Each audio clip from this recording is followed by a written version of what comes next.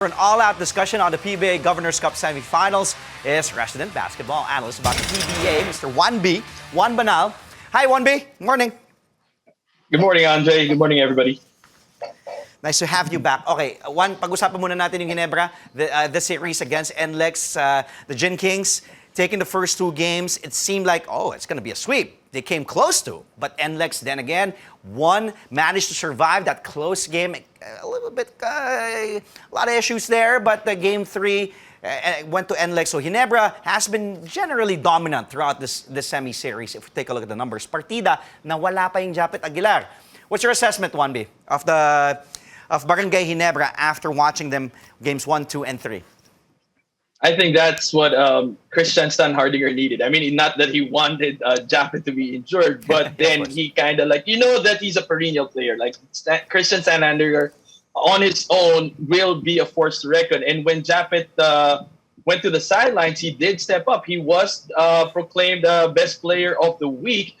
He was averaging 14.3, 48% shooting, 13 rebounds, and that goes hand in hand with Justin Brownlee's semifinal stats also of 28 points and then 11.7 rebounds. And so in games 1 and 2, Ginebra literally dominated the rebounding category in points in the paint. In game 1, Ginebra had 42, NLEX had 34 points in the paint. In game 2, 54 for Ginebra, 38. But then when game 3 happened, Coach Xiang kind of shifted his strategy, started playing some of his big guys. And I think that turnover in the end and that whole scenario in the last 2 or 3 minutes of the ball game was just a byproduct of how NLEX really changed the dynamics of the game in game 3, which led to them winning in that match.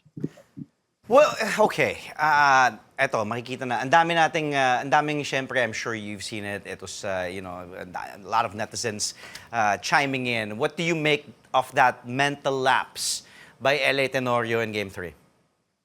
I was looking at, that was a sneaky steal, though. But I think it's what happened after. I mean, you've seen LA make mistakes because he's not perfect.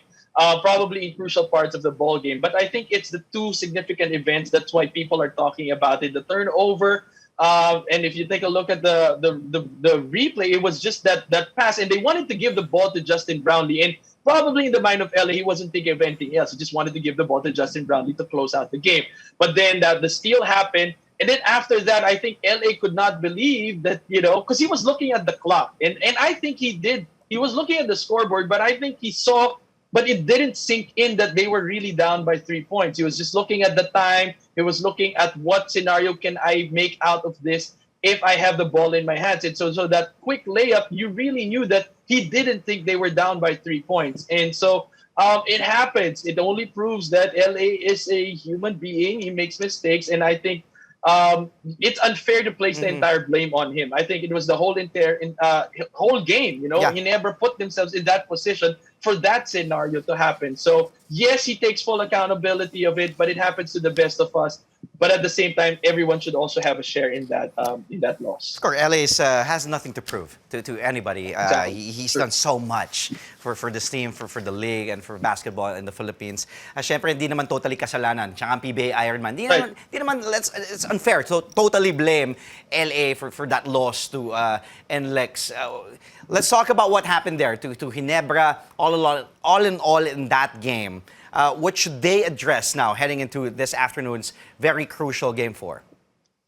For the entire series, for the first 3 games, Ginebra has always been losing to NLEX when it comes to turnovers. And this is because they like moving the ball around, right? Like compared to NLEX, they really like running and pushing. That's why I think Coach Xiang opted for that smaller and shorter lineup without having to play Miranda and Soyud in the first 2 games. But then when Ginebra lost Japet, he probably felt like, why don't we capitalize on their mishap and start pounding it in the middle? But for the entire series, NLEX has always won the turnover game. NLEX had 9 in the first game. Ginebra had 20. Game 2, they had NLEX had 12. Ginebra had 16. In game 3, NLEX had 14. Ginebra had 18. And on top of that, the bench scoring of NLEX has always been present. In game 1, they had 26 compared to 23 of Ginebra. In game 2, they had 45 versus the 17 of Ginebra. And in game 3, they had 43 versus the 19 of Ginebra. So there were a lot of things that, NLEX did right, and at the same time they also adjusted in game 3. That's why they started winning the points in the paint and also the rebounding category, which Ginebra dominated in the first 2 games.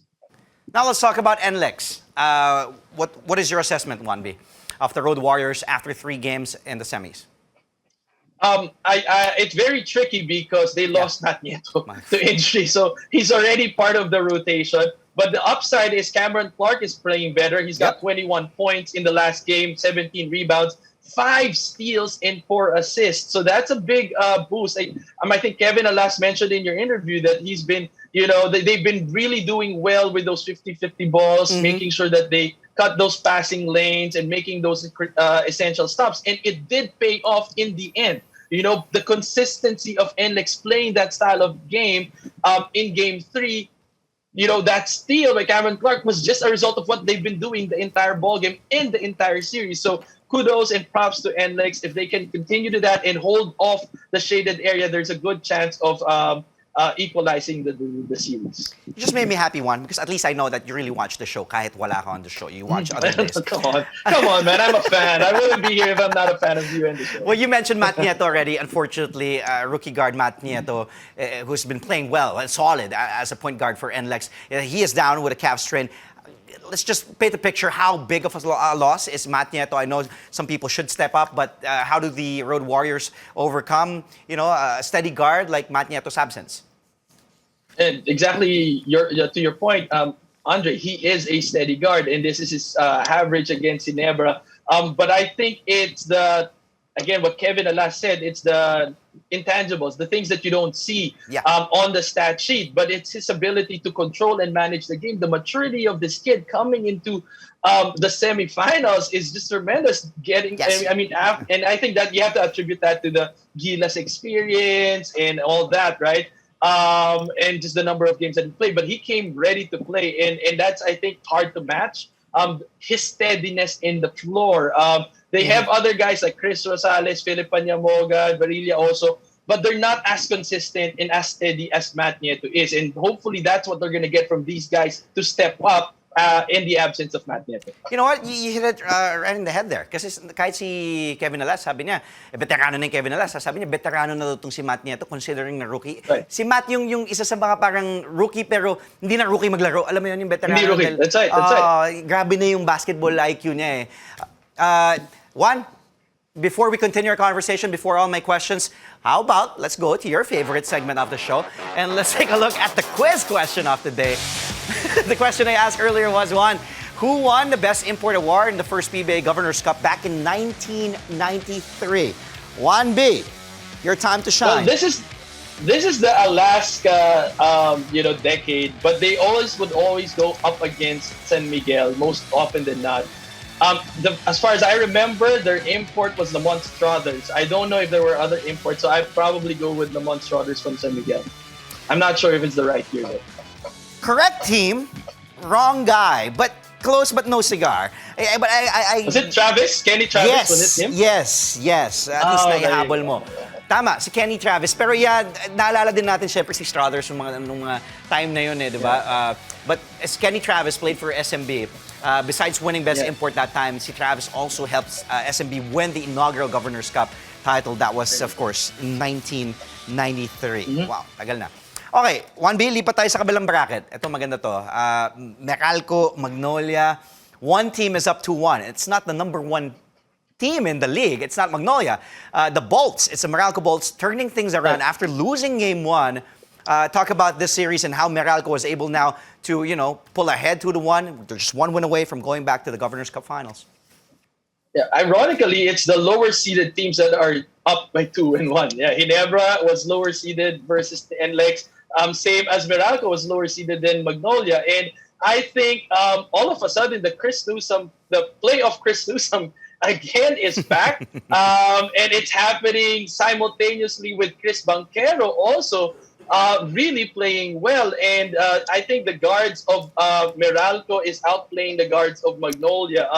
They've actually limited the 3-point shooting of Magnolia. Game 1, Magnolia shot 9 out of 33. Game 2, horribly 3 out of 28.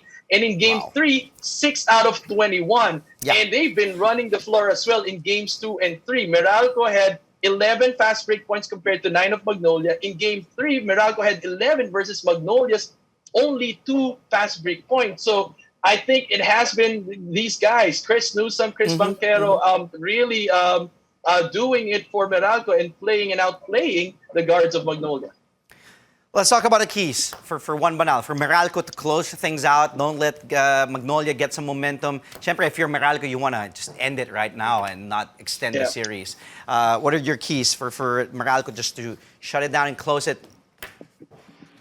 Well, we do expect that Magnolia has been in so many series before, Coach Chito, and it's always an adjustment game. So do expect that there will be major changes in Magnolia's attempt to balance the series. But I think it again, you get the beast has not been unleashed. It's been not playing so well in the series so far. Even Paul Lee is also playing not 100%.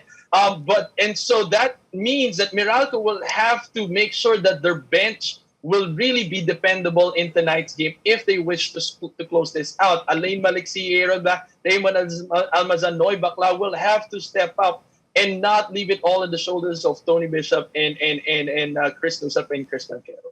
Let's move on now to Magnolia. What happened to them?